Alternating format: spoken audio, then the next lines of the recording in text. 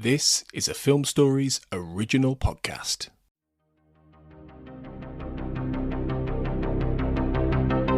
This is Writers on Film, the only podcast dedicated to books on cinema.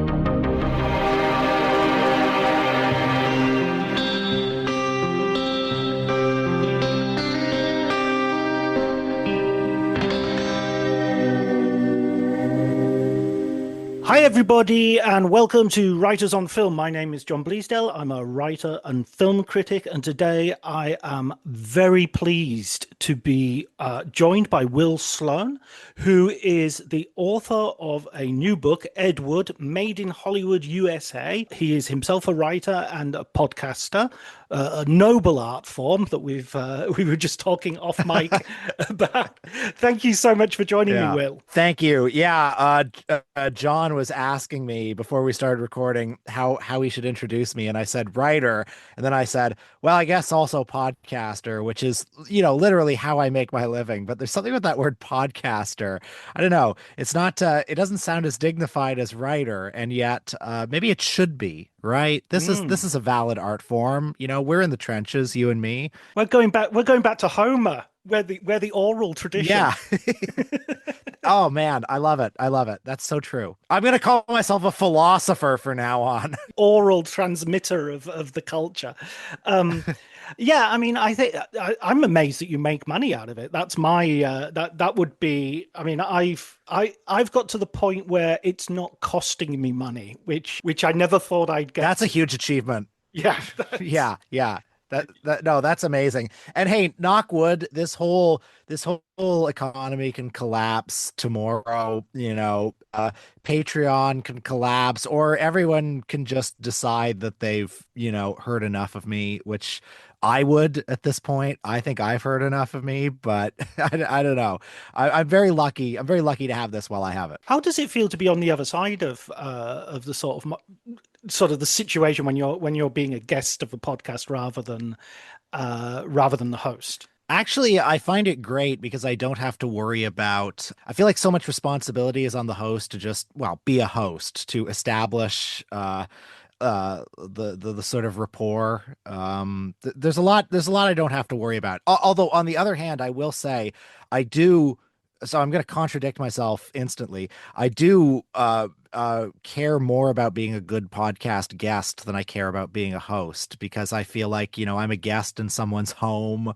I feel like I want to earn my keep on someone else's turf. So yeah, I guess I have conflicted feelings about that. You have to sing for your dinner. Yeah, that's right.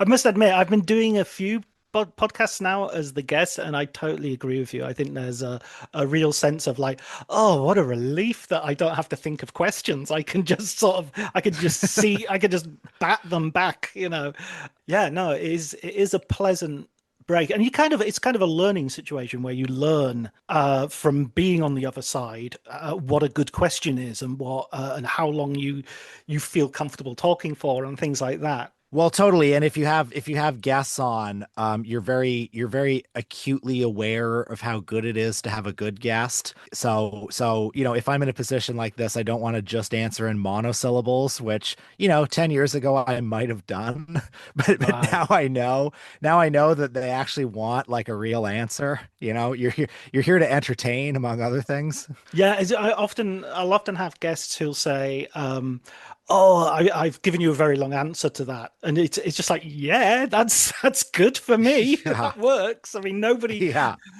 wants to hear me talk. They want to hear the guest talk. That's the main point. And speaking of which, this book that you've written, Ed Wood, Made in Hollywood, USA, this is great, this book. And I think one of the reasons it's great is we all know Ed Wood from the Tim Burton film. Some of us may know him from having seen Plan 9 from Outer Space, Glenn and Glenda, and other sort of films which are pretty much readily available on YouTube, and some of which are easy to get hold of, some of which are a little less so. But I feel this is the first time I really got to know who he was and in the context of what he was doing. So, and it's a fascinating story. Yeah, I mean, what you're describing, like somebody who maybe knows the Tim Burton film and knows one or two of the major hits, that is kind of, I hope fans of Ed Wood will like the book too. But what you're describing is also kind of my target audience here. So much has happened in the field of Ed Wood studies over the last, 15 or 20 years. Many of his lost films have been rediscovered. Many of his writings have come to light because for the last 20 years of his life, he was basically supporting himself as a writer of, well, frankly, pornographic paperbacks and a lot of articles. Articles would be written in the pages of like dirty magazines. But just a huge amount of his work has come to light that I think has added texture to him as an artist. Also, some of the movies that he made that aren't Plan 9 from Outer Space, like I feel he got this reputation as the worst director of all time, which in some ways can act as a barrier to appreciating certain of his other films because they don't all hit on that level. They aren't all like funny every scene, every second of the way. Some of them are just sort of more conceptually strange or they cast a strange mood. So with the book, I wanted to sort of spread the good news about Ed Wood as an artist. I'm not necessarily reclaiming him as a good filmmaker, whatever that means, but I wanted to convey to people who maybe didn't know his work too deeply that there was this consistent artistic personality from beginning to end that you can see develop and you can see kind of mulling over the same themes. Yeah, I wanted people to get to know people who didn't think there was anything there beyond just like the flying saucers on strings and the tombstones falling over. I wanted them to get to know Ed. Well, you actually make that point in terms of Plan 9 from Outer Space. You say, look, if you're going to watch this for laughs, you can sort of stop watching about half to half an hour because that's as funny, that's as many laughs as you're going to get. So Absolutely. and you talk about this, and I found this really interesting, this sort of like dreamlike state that is, and I think you use this term with a sort of caveat or a caution, a sort of Lynchian universe that you enter into.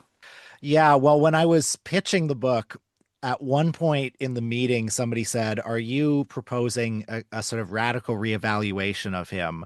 Are you saying that you think he's actually a good filmmaker?" And that actually kind of caught me off guard because I hadn't quite answered that question to myself. And I think the answer that I came up with, he's not merely bad. And so when you talk about the dream quality of his films, I think that kind of gets to the heart of it. I don't think the movies were intended to be dreamlike, but he does accidentally create this very strange world that I think is sort of beautiful. I like being in the Plan 9 from Outer Space cemetery set. I think the world of that set, it has no clear geography, it has no clear rules, and it looks fake, but when you're in that set, it's hard to remember what real feels like. And then the fact that this set is inhabited by all these people from different strata of Hollywood who have just sort of ended up here, all of whom are in their own way like embody Hollywood. They're all like symbolic of Hollywood in some way. It feels like Hollywood dreaming about itself. And you mentioned David Lynch. I mean, David Lynch, I was careful to I think I brought up David Lynch once very pointedly. And, looking back, maybe I could have brought him up a few more times, but it often seems like such a crutch that people use in describing something that's surreal to say, oh, it's Lynchian. Like it's such an easy shorthand. But I mean, I feel similar. I think there's something similarly evocative about the way that David Lynch depicts Hollywood in a movie like Lost Highway, where you've got Robert Blake and the poor fellow who shot Brandon Lee and other strange Hollywood characters. Marilyn Manson is in that movie. Just like this weird assemblage of people. There's something about that that's kind of similar to the Boulevard of Broken Dreams quality of Ed Wood's movies. Yeah, and when you say embodied, it's kind of quite literal in the sense that you have a huge wrestler and you have Elvira, not Elvira, that's the woman who nicked her Vampira. Yeah, yeah. Vampira. Yeah, you make that point as well. And if That Vampira was here, she would be very, very upset that you said that well, because she'd she sue spent, me. yeah, yeah, yeah.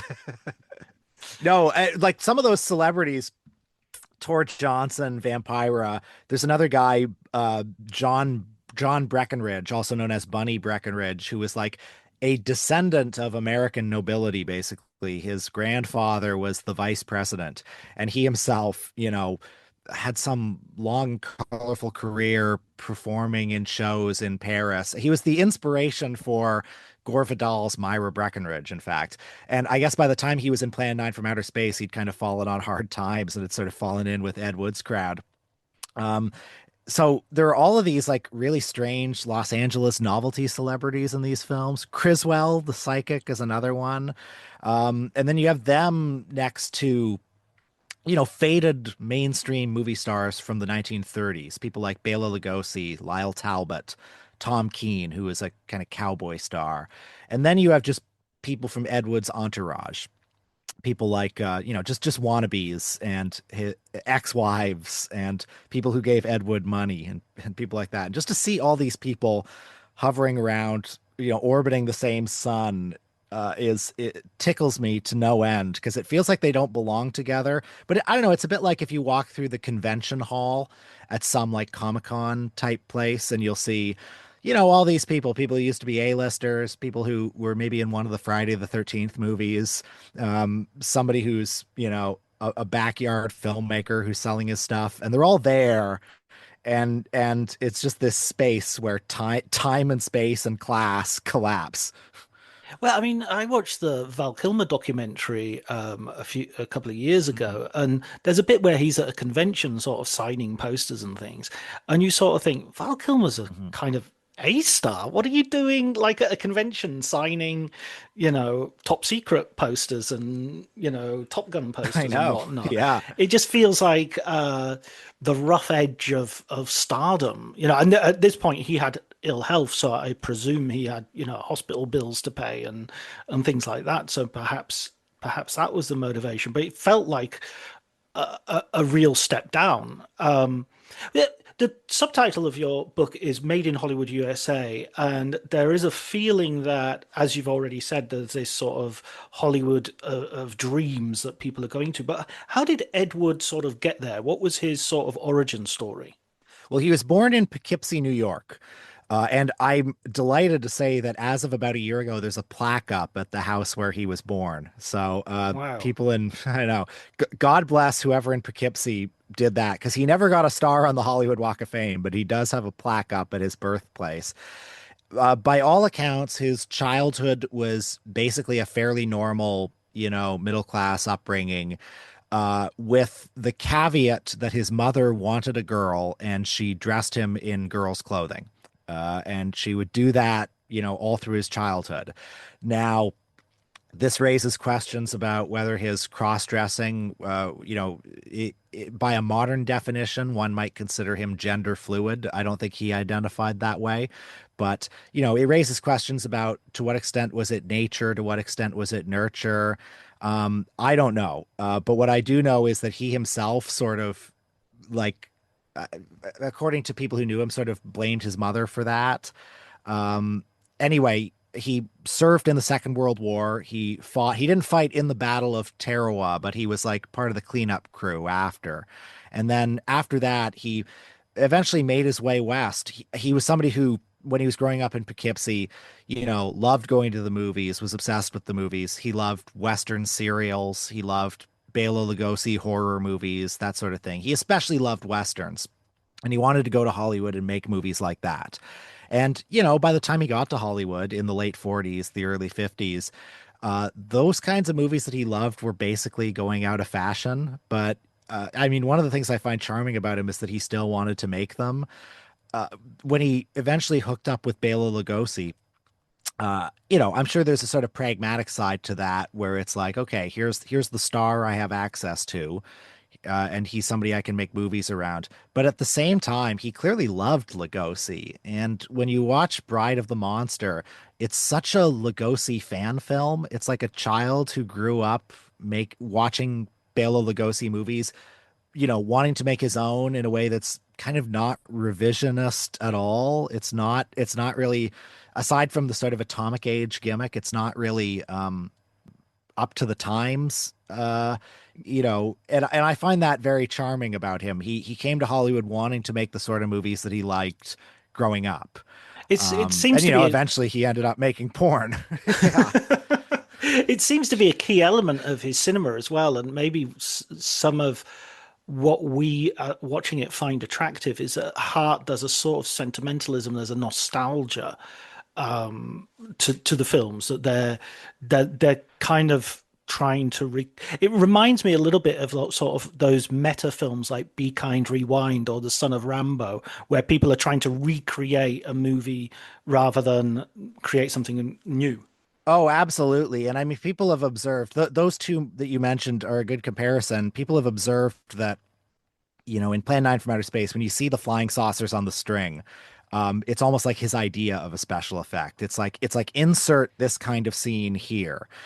In Plan 9 from Outer Space, for example, like, not to pick apart the plot and point to holes or anything, but we're being told that flying saucers are being seen over Hollywood. Everyone can see them. They're terrorizing Hollywood. They've literally blown up a town. And then also that it's top secret. And it's classified government information that flying saucers are here. And you're thinking, well, this is because Ed Wood has seen flying saucer movies and he knows that there's a scene where the military guys are like, we gotta keep this undercover. Nobody can know about this. And he knows that there are scenes where the flying saucers terrorize Los Angeles, and he wants both those scenes in the movie. And it doesn't really matter that they don't fit together. So yeah, he loves, I think this is one reason why Ed Wood's movies have endured in their way. It's because they do have this love of movies to them. They have this let's put on a show energy. Yeah. I actually I'll just say on that, I recently had cause to revisit Tommy Wiseau's The Room, which I don't know if you've ever seen that one. Yes. Yeah, the big bad movie of the 21st century. And I enjoy The Room. It's a very, very funny movie. But it occurred to me that I think it's less rich than certain of the Ed Wood movies, just because it is basically you're laughing at it because it's this terrible man who doesn't fit in, like trying to make a movie that's this kind of like vindictive, like strange self-expression. And I don't think there's the love of movies in there that there is in Plan 9 from Outer Space or Glen or Glenda. I think you're kind of on Ed Wood's side. At least I am when I watch Ed Wood's movies. I kind of like him as a guy, and that sustains me. I think that makes the movies rich. And I don't like Tommy Wiseau as a guy, which I think makes, as much as I enjoy The Room, I think it makes The Room a somewhat more limited experience. Yeah, I mean, lots of people. I remember when The Room sort of pops up on YouTube occasionally, and there's always a version with the sex scene cut out. It's sort of like you can watch the non-sex scene version because many people feel icky about watching, watching him sort of play out his fantasies, essentially. And understandably so, although, man, the guy is a rockin' bod for, he's for a guy who's 55 or whatever. He kept in good shape, and hats off to him. Bless. Yeah, it puts the rest of us to shame, sure, certainly. So he comes over and he starts making movies. What were his first films that he's making? Because Plan 9 comes a little bit later, is that right? Yeah, the first major thing that he did, well, he was acting in community theater. He was working as like a gopher at Universal Studios, just as a production assistant. Apparently people who knew him say that he was working on the set of Abbott and Costello in the Foreign Legion, and he was just awestruck at the desert set. He was like, wow, look at all this sand. This is amazing, which, again, beautiful. I love that. I love this guy. But he worked in community theater, and through there he made some of his first professional connections is a strong term, but professional connections. He met a guy named Crawford John Thomas, who was had inherited a lot of money, and the two of them started a company called Wood Thomas Productions that was going to make TV commercials. And if you go online, you can see some of the TV commercials that he made in the late 40s, for early television, and they're cute, they're all right. But what he really wanted to do was make movies, so he convinced Crawford Thomas to spend a lot of money on a Western called Crossroads of Laredo, which they shot it without sound. And I guess they ran out of money. Anyway, Ed Wood kind of, you know, ghosted Crawford Thomas after that. I think that would be the modern way you would describe it. Left Crawford Thomas in a lot of debt. And many years later, that movie Crossroads of Laredo was reassembled kind of in the wake of the Tim Burton biopic. They did the other side of the wind to it. They put it together, and it's like it was made in the early 50s, but it looks like it was made in 1902. It looks like an Edwin S. Porter production or something. It's like, God, it's insane that they thought they could sell this. So there was that. I mean, he shot a TV pilot or a TV movie, a little half-hour drama called The Sun Was Setting. Little things like this, but the connection with Lugosi was very important. He had a roommate named Alex Gordon, who was a British movie buff who came over very much like Ed Wood, grew up loving Westerns, loving horror movies. So they bonded over this. And Alex Gordon uh, he became a sort of assistant to, oh God, it wasn't Roy Rogers. It wasn't Hopalong Cassidy either. Oh, it was Gene Autry. That's who it was. Sort of a faded cowboy star. And he also served a similar function to Lugosi, and as a sort of like amateur ad hoc publicist. And Ed Wood was able to, Ed Wood had this connection to Lugosi, and he starts furiously all over town pitching Lugosi projects, which doesn't mean a whole lot. And while he's doing this, he's pitching the movies that become Bride of the Monster, Jailbait. While he's doing this, a company called Screen Classics announces that they're going to make a movie about the life of Christine Jorgensen, who is the first transgender woman to undergo a widely publicized gender reassignment surgery in the United States, at least. And Ed Wood, goes to Screen Classics and he says to George Weiss, the founder, "I am the most qualified person in Hollywood to tell this story because I've lived it." And apparently that did not impress George Weiss. But what did impress George Weiss was that he had Lugosi, and he thought, okay, we can do something with Lugosi. Okay, you can make this movie. So that was kind of his origin in Hollywood. Mm. And that, I remember in the book you talk about in the very early Western, to go back to that for a second, that they run out of horses at one point, or they run out of money and they can't have any more horses. Yeah. And well, there's also a scene early on, maybe the first scene. It's uh the hero of the movie, or the main character of the movie is, robbing a minor character played by Ed Wood, and he makes him get off his horse, and the horse just keeps getting in the shot, and then eventually the actors like kind of have to reorient themselves around the horse just while the camera's rolling. I mean, he definitely hadn't learned to make a movie yet. Like even to the extent that something like Bride of the Monster, like if you think that's not a competent film, Crossroads of Laredo, it's just like he doesn't know where to put the camera. He doesn't know anything. So yeah, I mean, I like all these movies. I like Crossroads of Laredo. I think it's got the movie love in it too.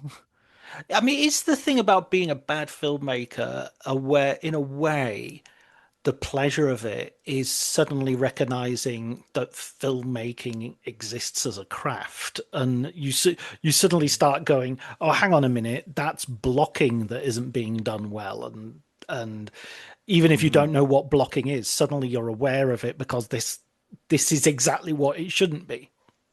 I mean, it's kind of an old truism that you learn more about, or you can learn more about movies by watching the ones that aren't done well. Um, a- and this is a digression, but on my podcast a little while ago, we did an episode on, we'll pick a director every week or a film related subject. And we did an episode on a guy named Edward Burns, not Edward Burns from the 90s, but Edward Burns, a guy who he started making Three Stooges movies in the 40s. And then he graduated to making like Bowery Boys comedies in the 50s and just a lot of like pretty B movie stuff. And I don't know, we just kind of got obsessed with this guy, Edward Burns. And we were watching his movies and I was kind of hoping they'd be better. They were just really, most of them were really bad and they were really badly directed. And I kept noticing that in almost all of his movies, his visual strategy is if you've got like three or four characters in a movie, line them up one next to each other, just all three abreast and have them talking to each other.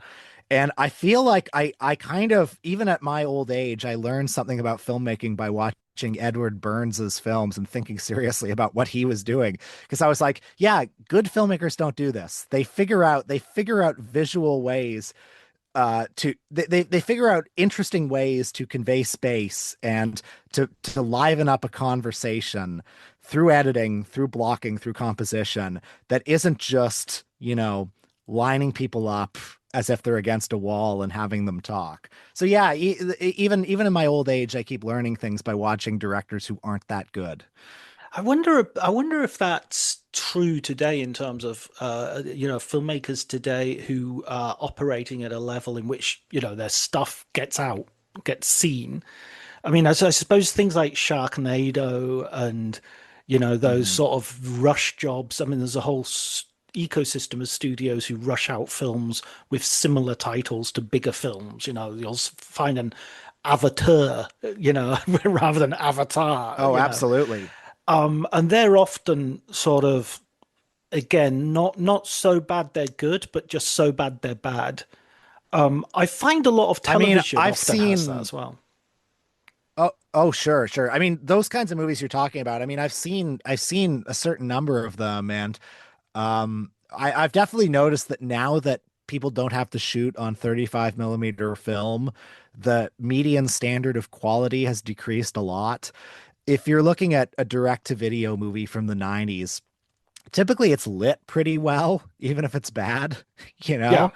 Typically the blocking is generally okay because they film was at a premium and it's not easy to shoot on film. So there was a minimum standard of quality. The people making those movies in the 90s were trained technicians. And now, I mean, I guess it has become more democratic, but a lot of those movies you go on Tubi or one of those platforms to watch really are just worse than ever.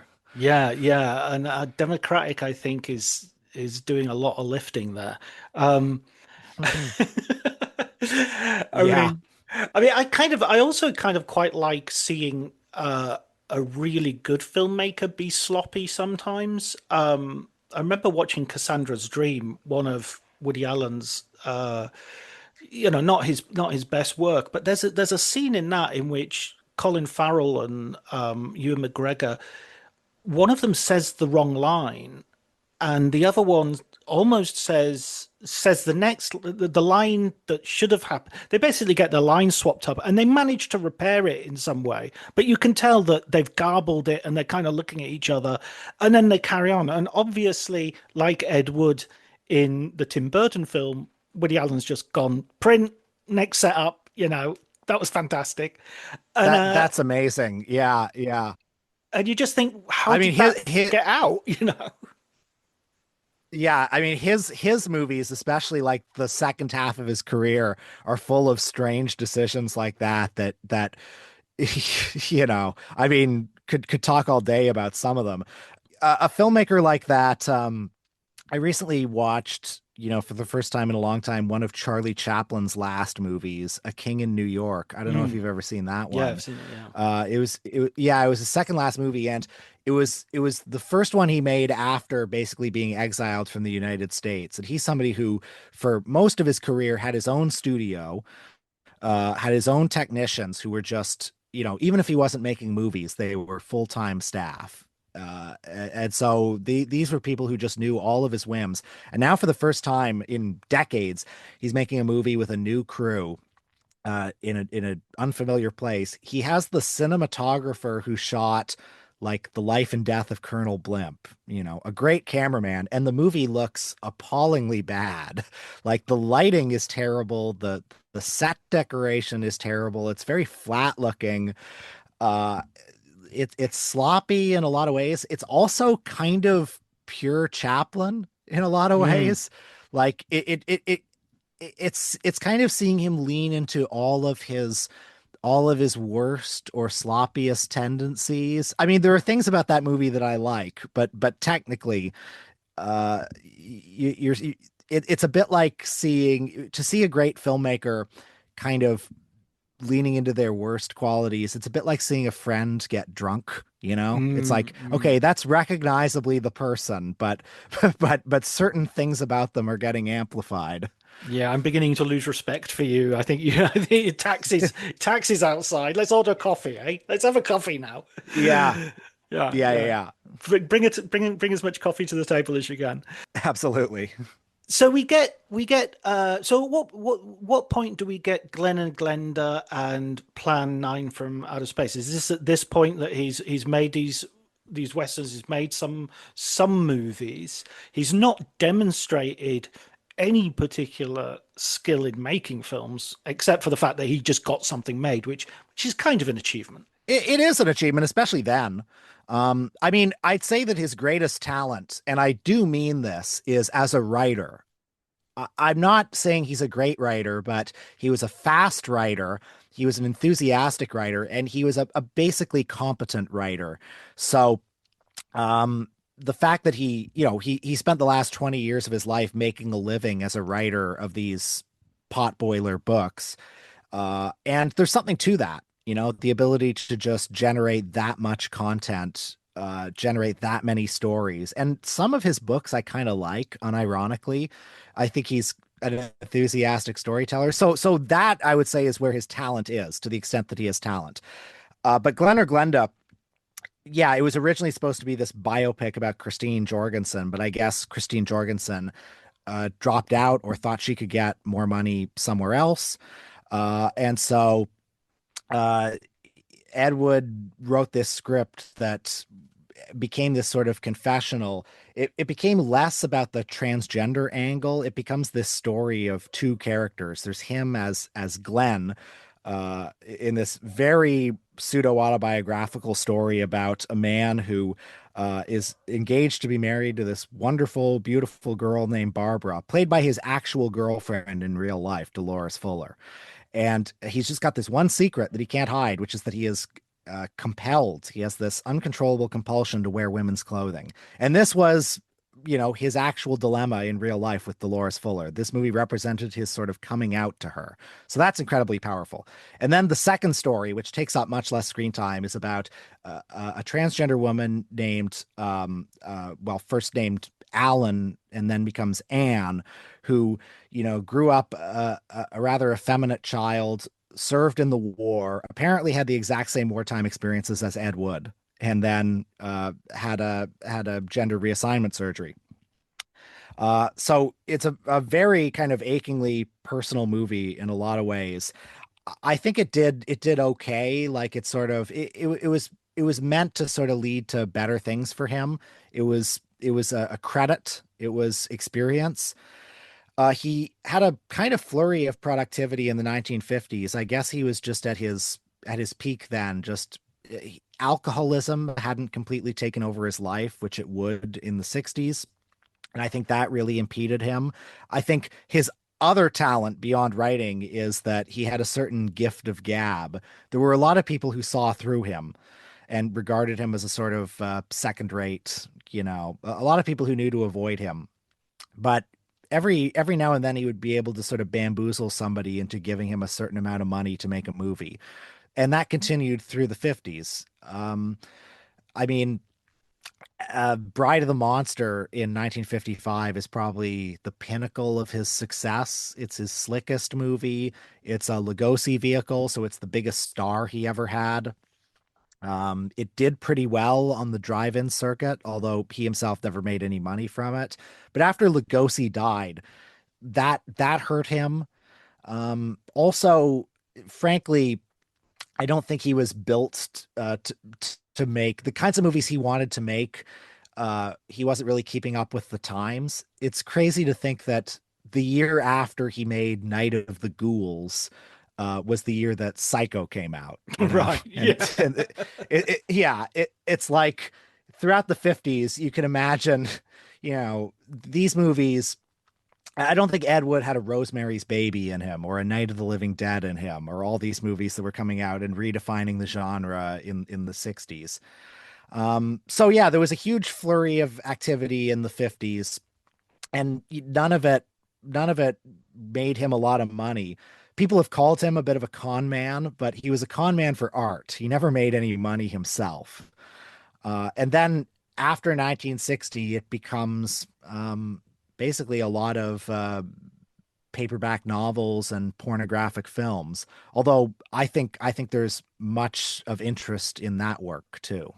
Well, you make this point in the book that the film, the Tim Burton film, sort of stops and puts up a card, and we're supposed to think that the making of Plan 9 from Outer Space is this kind of, you know, triumph. It's played very much as a triumph. A little bit like The Disaster Artist uses The Room as it's a biography of how the film gets made as much as it is of the filmmakers. And then the rest of Ed Wood's life is, he did other things, but we're not going to go into them. And your sort of point is, well, actually, no, the rest of his life has a validity to it that we should look at, and that you do look at. I think so. I mean, I understand the perspective of Tim Burton and Scott and Larry, who wrote the movie. First of all, they've got to condense this life into a pleasing 2-hour film, so they focus on the part that's most fun, which I completely get.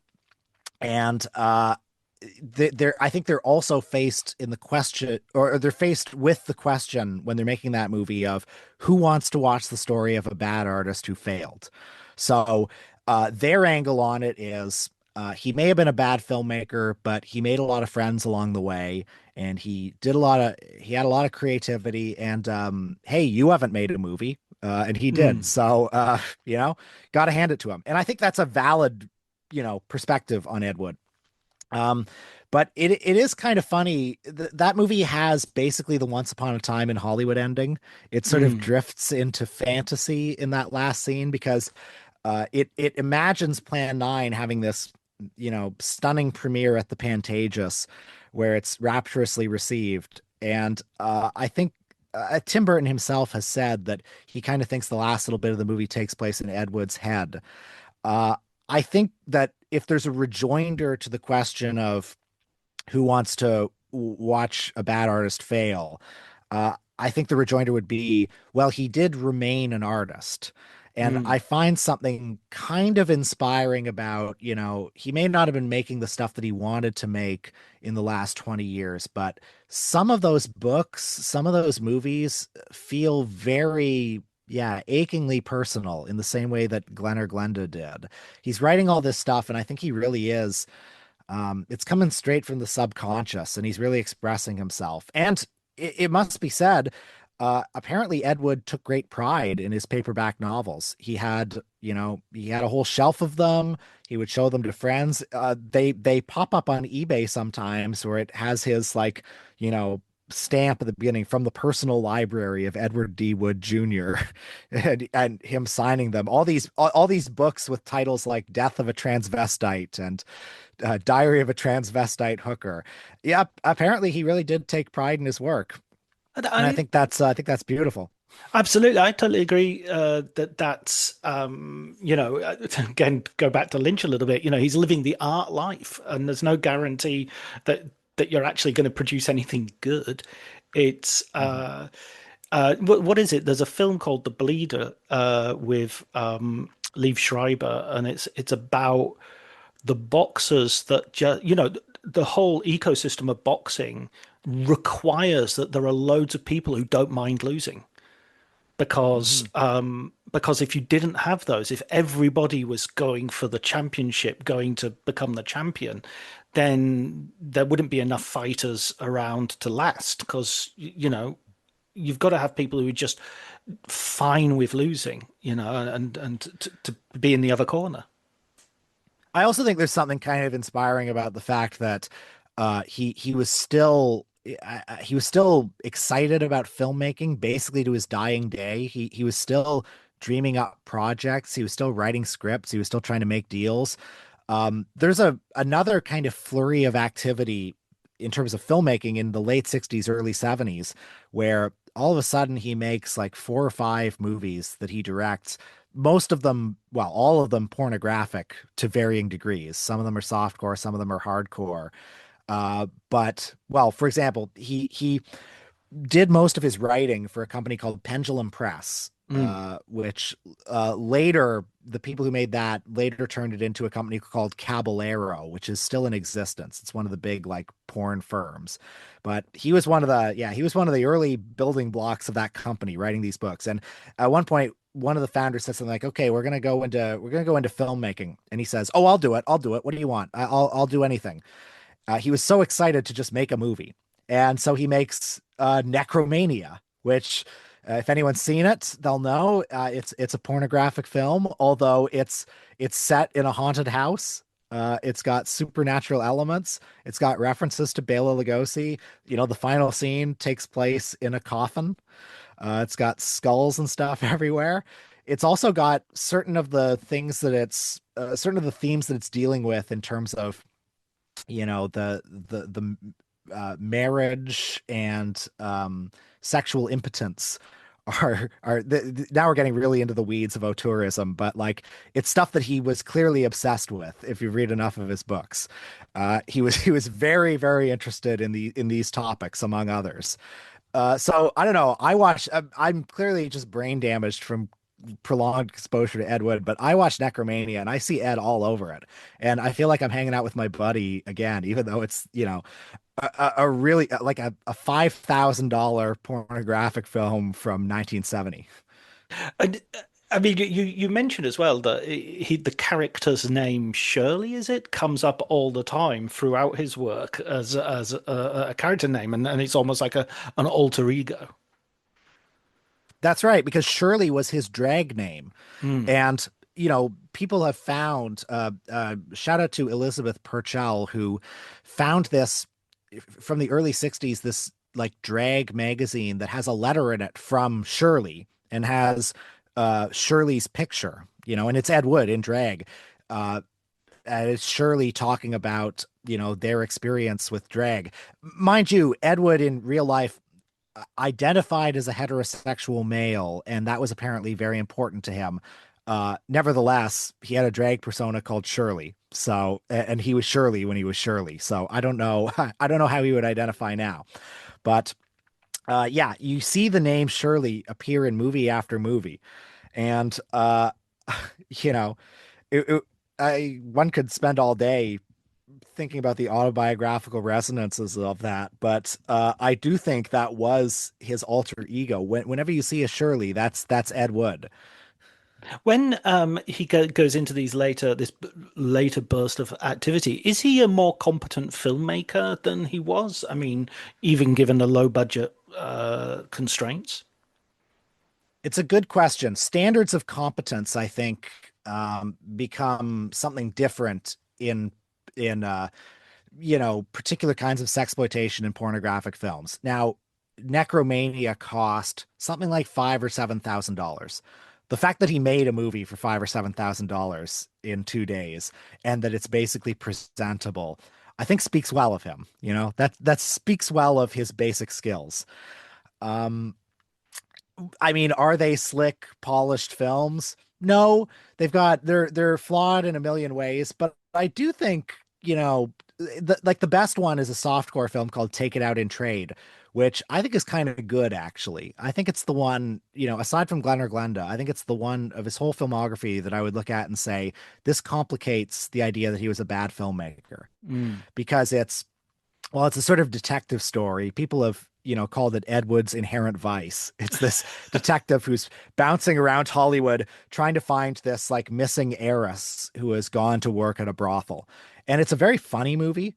It makes a lot of jokes about Ed Wood's low budget circumstances. So, there's a running gag where this detective is using this girl's parents' expense account to just fund these completely arbitrary trips to Europe. And, Ed Wood will be with his camera outside LAX airport, and he'll show you a plane taking off, and then he'll cut to a scene of like somebody wearing a beret in front of a poster that says Paris.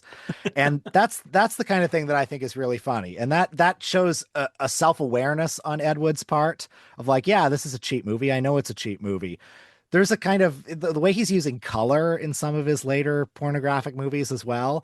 All this red shag carpeting and, you know, really, really aggressive primary colors, I think bespeaks an imaginative filmmaker, if not necessarily a tasteful one.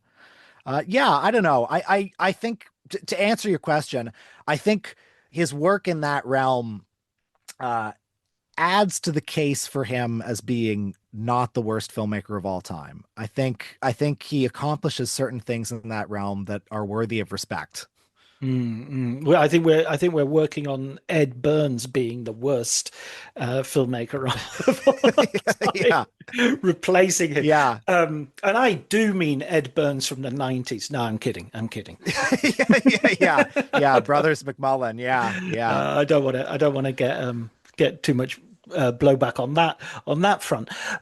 It's interesting you bring up the word taste, because after reading your book, or actually while I was reading your book, I decided I was going to watch some Ed Wood, and then I watched, as well as Ed Wood, I watched some John Waters films that I hadn't seen previously, and it just struck me that, well, I mean, obviously there's a huge difference because Waters from Multiple Maniacs on, you know, is he is born knowing where to put a camera and what a shot is and how to, and he's a marvelous filmmaker. He's Mhm. his content and all the rest of it might be scrappy or this, that, or the other, but he's not in any way a bad filmmaker.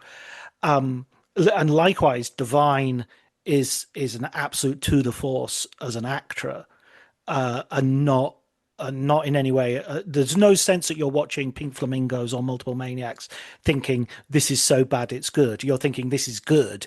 It's tasteless, but it's doing that on purpose. So I just kind of wanted to sort of bring these filmmakers together because I do feel there are sort of touching points. Oh, absolutely. By the way, Divine is also amazing in Hairspray too, where he plays a completely different kind of character. Like the range that Divine had, I think was quite underappreciated in his lifetime. Absolutely, Um, totally agree. Uh, another kind of difference that John Waters has with Ed Wood is I think John Waters was savvier in certain ways. He was very zeitgeisty. He's somebody who, he also grew up very far from the entertainment capitals, but he was reading Variety and he was reading Jonas Mekus's column in the Village Voice. And he was like, okay, if I make this kind of movie, I can play at the Filmmakers Underground Co-op, or I can play the Midnight Movie Circuit, Mm. and that will launch me. So there's a canny careerism to John Waters, not to, and I don't say that in an insulting way at all, because like I think John Waters has stayed very true to his vision. He's remained firmly himself for his whole career, which I really respect. Um, I also think yeah, like so John Waters is a better filmmaker than Ed Wood. No surprise there. One of the reasons why he's a better filmmaker, I think, is because there is a real project, there's a conscious project at work in a lot of Waters movies from the beginning to the end, where he's basically saying everything that polite bourgeois middle class society considers bad or ugly is actually good and beautiful, and vice versa. There's that great scene in Female Trouble, I think it is, where a couple of the characters are walking down, some suburban street, and they're saying, "Oh, look at how horrible this street is. Look how ugly it is. It's terrible." And they're dressed like John Waters characters, and I feel like that's sort of emblematic of his project as a whole. unavoidably, one of the things that makes Ed Wood compelling is that he was aiming for technical competence, I think. He was aiming Mm. to make well-made movies in the Hollywood style, and he failed. And especially in the 1950s work. And a lot of the poetry of those films comes from that the tension, or whatever word I'm looking for, between what he aimed to achieve and what he actually did achieve.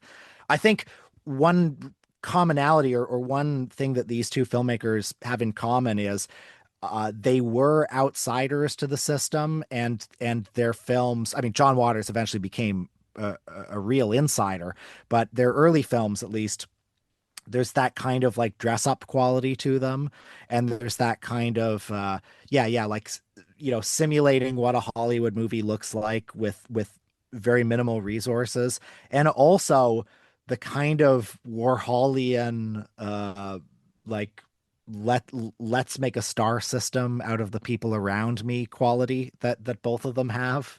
I Mm. think I think that's something they have in common.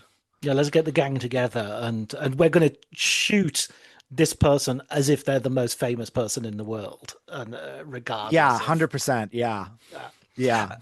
What else do you see as?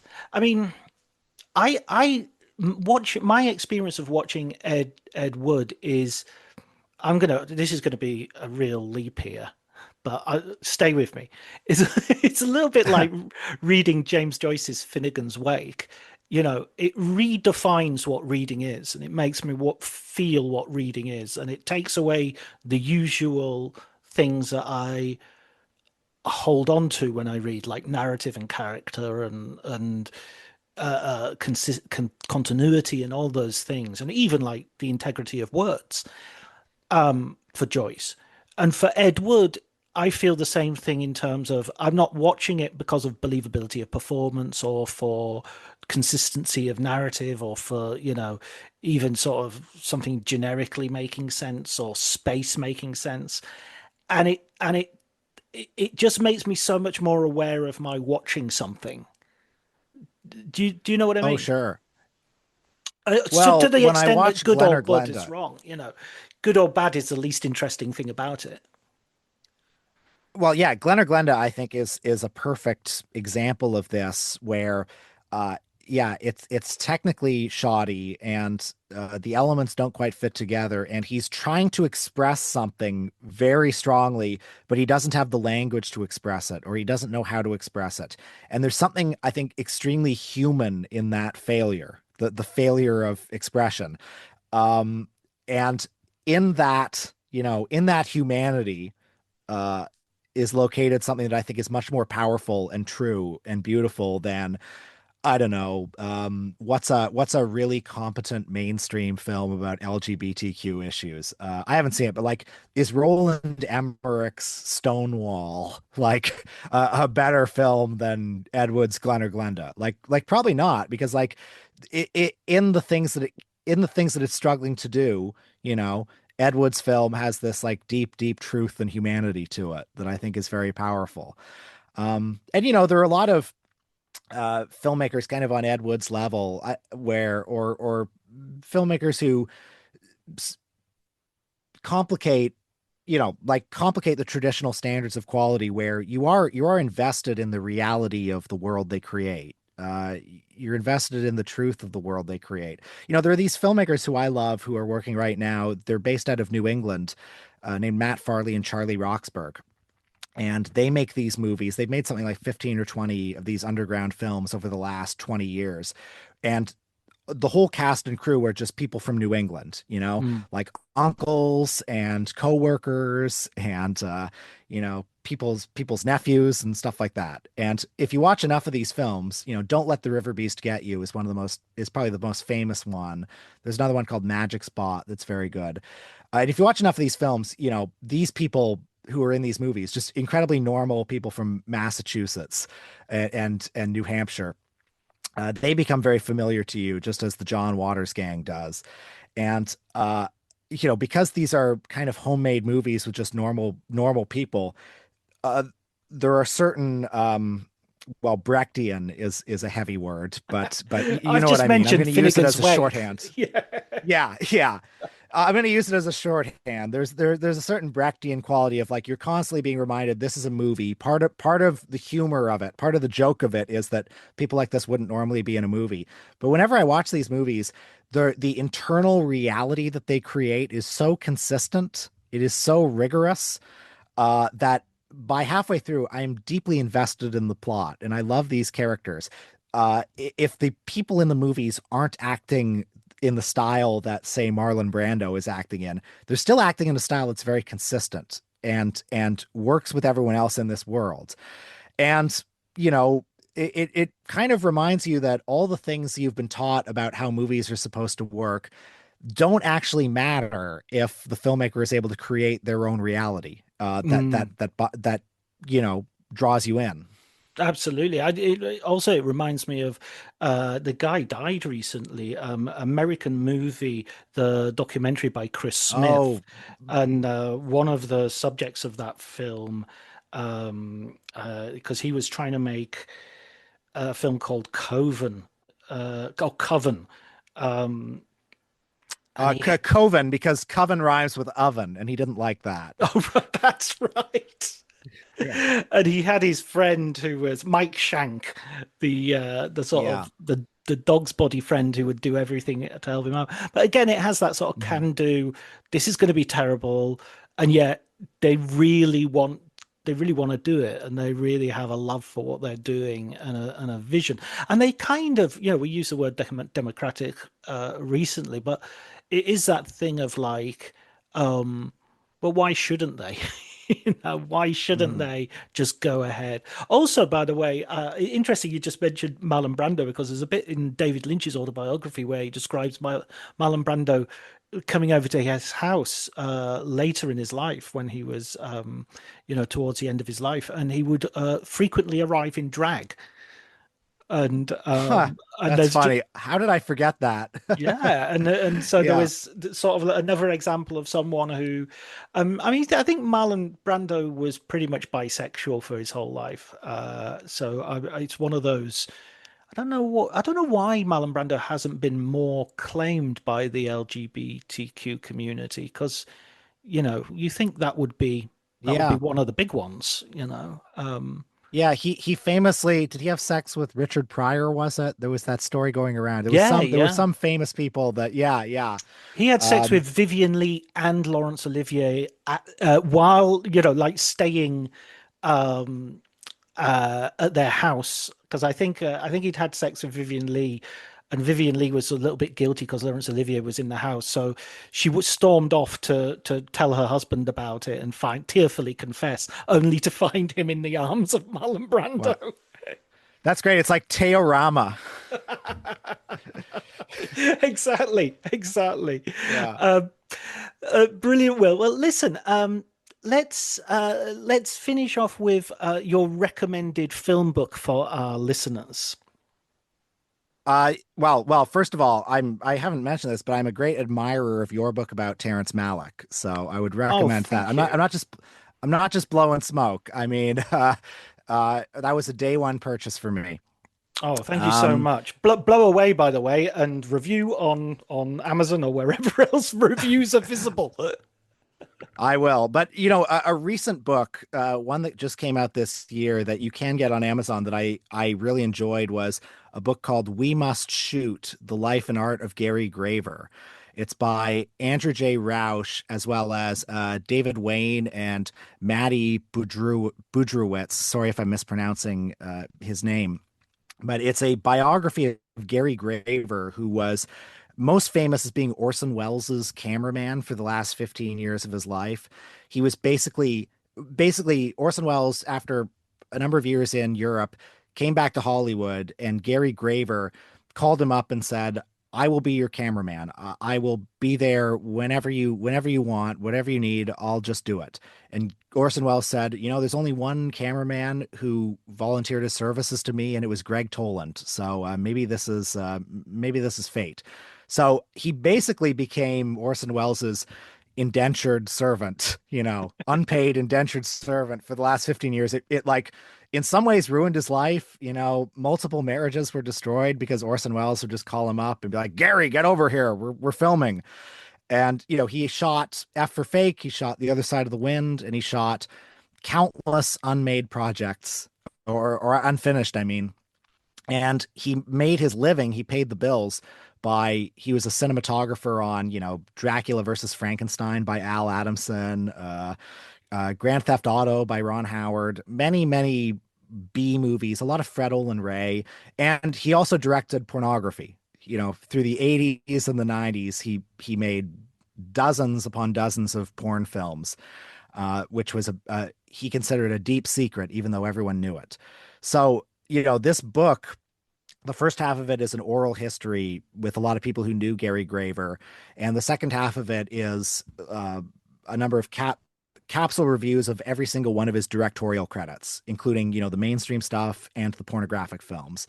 And the portrait that emerges of Gary Graver in this book, I think, is quite powerful, quite ambiguous. He's a bit, it's sad in some ways, his relationship with Orson Welles, but it's also like, it's the thing that gave him meaning. He was obviously looking for a father figure.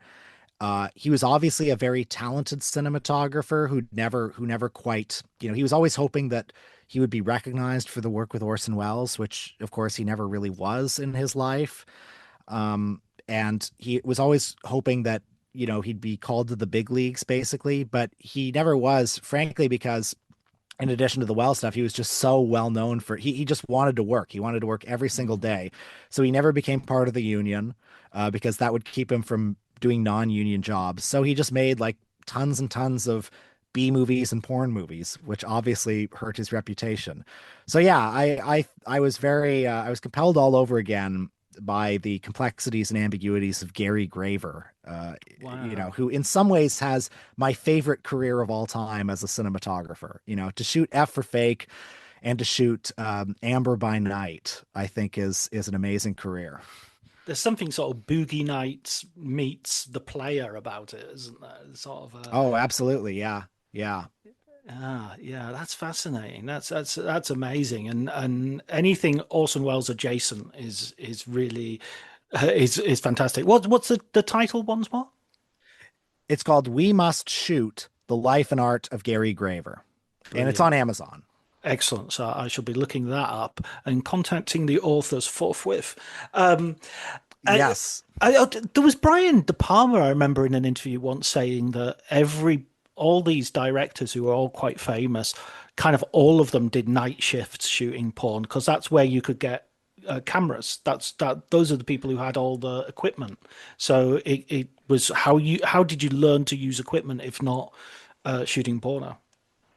I've definitely heard that. I mean, Wes Craven, I think his first or second directorial effort is a porn film. Abel Ferreira is another one. And those are just the ones who are known. Those are the ones who directed ones that it's come to the surface. I'm sure there were a lot of others. Yeah, and I mean Gary Graver he shot second unit on Raiders of the Lost Ark because like one of the people who worked on The Other Side of the Wind was Frank Marshall, who of course became like Steven Spielberg's right-hand man. So Right. he would occasionally throw Gary Graver some work, like you can shoot second unit on The Color Purple or something like that. And he's doing that, and he's also doing, you know, yeah, tons and tons of porn. How can you not love that career? I've just thought of a great idea for a script actually, which is someone hears a rumor about Spielberg's first porn movie, and they're sort of it's like Raiders of the Lost Ark, except for like a can of celluloid that is hidden somewhere. I love that since Spielberg has for most of his career shied away from sex so thoroughly. I would love the idea that like maybe he was secretly traumatized by working on working Yeah. on a porno in 1970. Yeah, I mean, the sex scene I always remember from Spielberg's work Munich. is, yeah, took the words right out of my mouth. Yeah. In which Well, case, yeah, and it's again, it's like it, trauma. yeah, it is, isn't it? I mean, God, I've come to the point where I'm almost sympathetic to that scene. It's such a big swing, you know? Mm, mm. Yeah, yeah. I mean, I thought the Fablemans, when he sort of falls for the Christian girl, first Mhm. of all, I thought she was the best thing in the movie, and the whole movie Mhm. sort of lit up when she was on screen. And I just felt like old Spielberg, was like looking at his first crush and shooting her Yeah. appropriately. I didn't think anything else in the movie was as full of life as that scene and her performance was.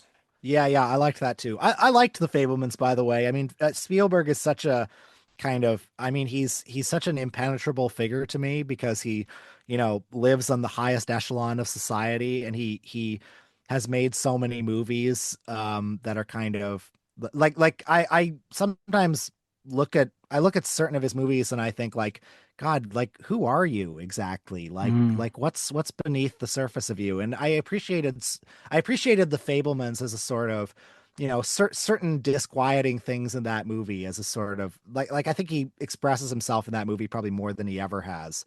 No, I think you're right. I think and I agree with you about, we often look at artists and we think of them, and it goes back to what we were talking about artists earlier with Ed Wood. We sort of think, oh well, they're basically human beings. They're basically like us. They're expressing a human reality, a lived experience. But then you hear about, like, for instance, recently I heard a friend of mine, well, somebody who runs a film festival, had invited Martin Scorsese to to receive an honor, and they had communicated with his people and said, obviously we'll fly him over business class and blah blah Mhm. blah, and pay for everything. And the reply came back: Mr. Scorsese has not flown commercial for 30 years. Uh, Incredible. and it's just God like, damn. hang on a minute. That's like kind of like everywhere you go smells of paint, everywhere you don't know. You don't have money in your pocket because you never pay for anything. And you're making films about lived experience. Yeah, I mean, it's at a certain point. Well, I mean, I don't think Scorsese is. I think Scorsese's always making films about filmed experience, but yeah, it's a weird. As you say, you are living in an elevated sphere at that point. No, totally. God, it's amazing hearing that. It's amazing to me that Scorsese's movies are as good as they are. Mm. If he's been living like that for that long. Yeah, yeah. I mean, it's an obsession with me that people who are famous from childhood make good actors, because how can you do that if you've never actually sort of just walked into a supermarket and bought something without thinking, "Oh, I hope nobody recognizes me"? I mean, Timothy Chalamet was in Interstellar, Ryan Gosling was in the Yeah. Disney Club. These people have never, they don't know what it's like not to be famous. Yeah, God, I don't have the answer to that, but that's an interesting Oh, question. eh. Sorry, off topic, totally off topic. No, no, I Will, love it. I love it. where can we find your work? Let's see. I have two podcasts. I'm always on the grind. There's a film history podcast called The Important Cinema Club, and there's a culture and politics podcast called Michael and Us. I'm on the socials, and yeah, the book is Ed Wood Made in Hollywood, USA, which I highly recommend getting from the publisher or books. I have learned recently, and I'm sure you'll know this too, that or ordering from the publisher is best for everyone. Yeah, I totally agree. I totally go with that. With all the books, I try to put on either an independent book link or a Mhm. publisher link. Otherwise, yes, in certain cases, there's no choice but to go for Amazon. But if you can avoid Mhm. Amazon, that's the best for the world. Jeff Bezos, he'll be fine. You don't need to worry Well, about I mean, him. we got to fund his next wedding somehow, and if we don't all chip in, who knows what'll happen? Absolutely. I'd hate to think that, that it was for some lack of a book sale that they couldn't afford that all important safety element to his next rocket. That would really, that would put a crimp in my day. Well, listen, Yeah. Will, it's been an absolute joy talking to you, a real pleasure. And what a great book. I really loved it. I Oh, highly recommend it for everyone. oh, thanks so much. Really appreciate it.